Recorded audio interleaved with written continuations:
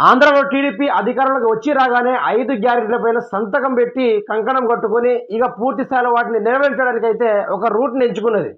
కానీ ఆ పార్టీ వారు పూర్తి స్థాయిలో ఆ కూటమి పార్టీ ఇప్పటిదాకా ప్రతిపక్షం పైన మాట ఎత్తకుండా ప్రజలు మమ్మల్ని గెలిపించినందుకు వారికి ఏదైనా న్యాయం చేయాలి అనే ఆలోచనతోటి ముందుకు సాగుతూ ఉంటే తెలంగాణ రాష్ట్ర ముఖ్యమంత్రి యనమల రేవంత్ రెడ్డి మాత్రము ఇంకా ప్రతిపక్షాల మీద జోరందుకోవడానికి బాగా ఊపందుకున్నాడు. ప్రజలను పట్టించుకోండి ముందటి నుంచి పోతుకుంటా అంటే రేవంత్ రెడ్డికి ప్రజలంటే అవసరం లేని పాలసీ, ఆయన కావాల్సింది కేసీఆర్ గోచి లాగుడు అదొకటే పాలసీ అన్నట్టు ఈయన తీరుంది. ఆ తీరేందో చూద్దాం. కేసీఆర్ అరెస్ట్ ప్లాన్, జైల్లో వేసి దెబ్బ కొట్టాలి. ఈ 5-6 నెలల్లోనే వేయాలి. ఎన్నికల ముందు కేసీఆర్ను జైల్లో వేస్తే చంద్రబాబుకు వచ్చినట్టు సింపతి వస్తుంది. ఇప్పుడే వేస్తే 4 ఏళ్లలో మర్చిపోతారు. ఓటుకు నోటు కేసు ప్రతీకారంతో రగిలిపోతున్న సీఎం రేవంత్ రెడ్డి ఒక్కరోజైనా కేసీఆర్ను జైల్లో పెట్టాల ప్లాన్.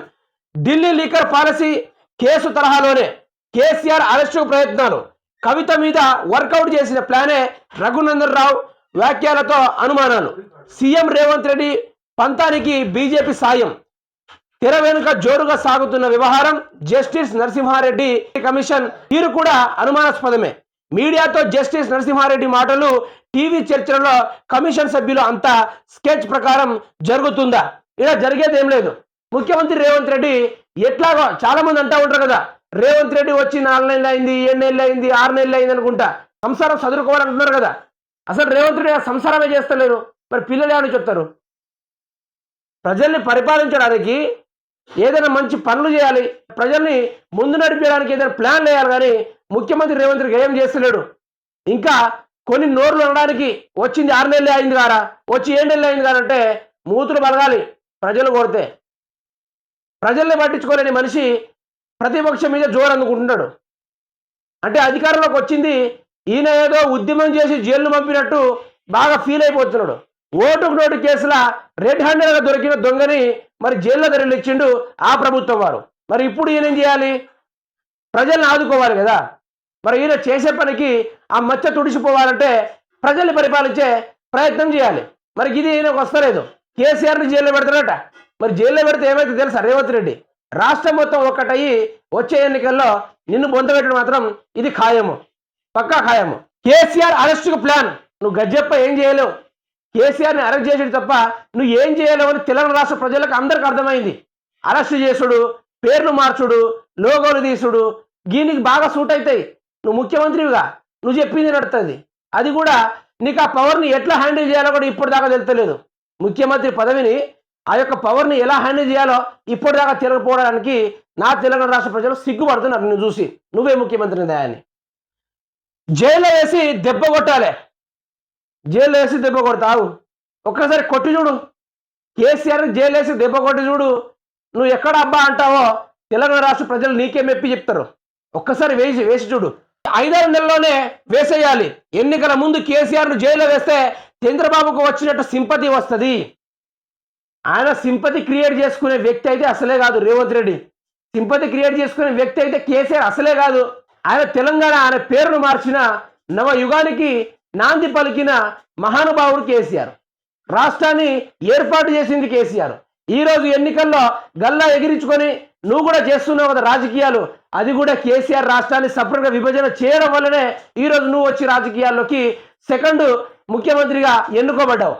లేకుంటే అదే ఆంధ్రలో చేతుల చిప్పకూడు తినే దొంగ నువ్వు అనుకుంటా అదే రాజ్యంలో మునుక్కుంటా ఉండేటువంటివి అదే కేసీఆర్. లేకుంటే ఇప్పుడు అధికారం రాగానే కేసీఆర్ని జైల్లో పెట్టారనుకుంటున్నావు.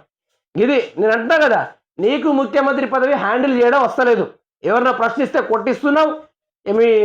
మీ కార్యకర్తల్ని ముందు పెట్టి విచ్చరుడిగా దందాలు చేపిస్తున్నావు. ఇది మనకు వచ్చేటిది. ఓటుకు నోటు కేసు ప్రతీకారంతో రగిలిపోతున్న సీఎం రేవంత్ రెడ్డి.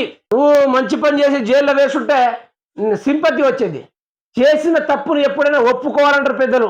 మరి ముఖ్యమంత్రి పదవి హోదాకి వెళ్ళినావు, మరి నీకు ఒప్పుకోవడం రావట్లేదంటే నీ యొక్క ఆలోచన చిన్నపిల్లడు తీరుందని ఇక్కడ అర్థం అన్నట్టు.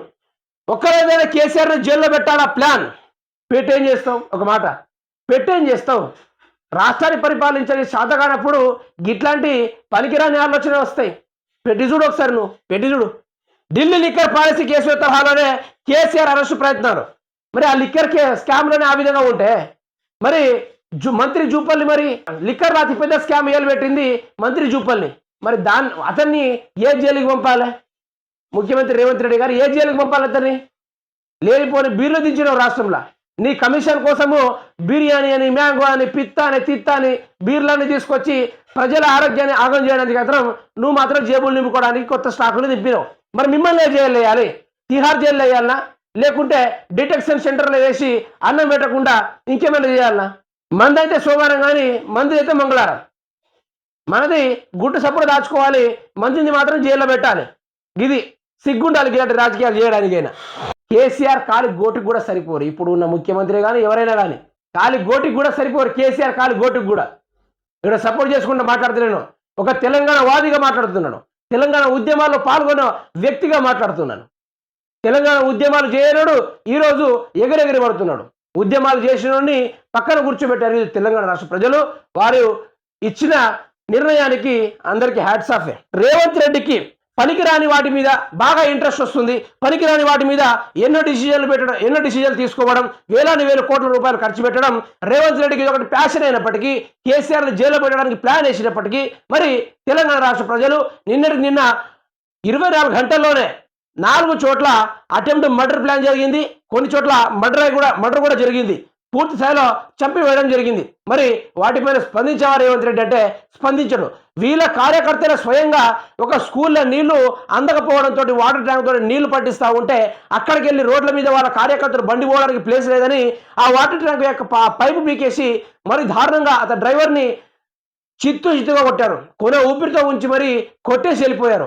అంత అహంకారం ఈరోజు ఈ కాంగ్రెస్ పార్టీలో చోటు చేసుకుంది. 24 గంటల్లోనే ఇన్ని అనుకుంటే రాష్ట్రంలో ఇంకెన్ని జరుగుతూ ఉన్నాయో తెలియకుండానే. మరి రేవంత్ రెడ్డికి నేను చెప్పేది ఒక్కడే, రాష్ట్రాన్ని పరిపాలించే ప్రయత్నాలు చేస్తావా? వ్యతిరేకించబడ్డ ముఖ్యమంత్రిగా పేరు ప్రఖ్యాతిగాంచిన యనమల రేవంత్ రెడ్డికి ఒకటే తీరు, రాష్ట్ర ప్రజల్ని పట్టించుకో, ప్రతిపక్షాల పైన కాదు నీ ఊరు జోరు పోరు. ముఖ్యమంత్రిగా ఉన్నప్పుడు ఆ పవర్ని యూజ్ చేసుకొని ప్రజల సమస్యలు తీర్చు. 10 కాలం కాదు 20 సంవత్సరాల ముఖ్యమంత్రిగా నువ్వే వెళుతావు.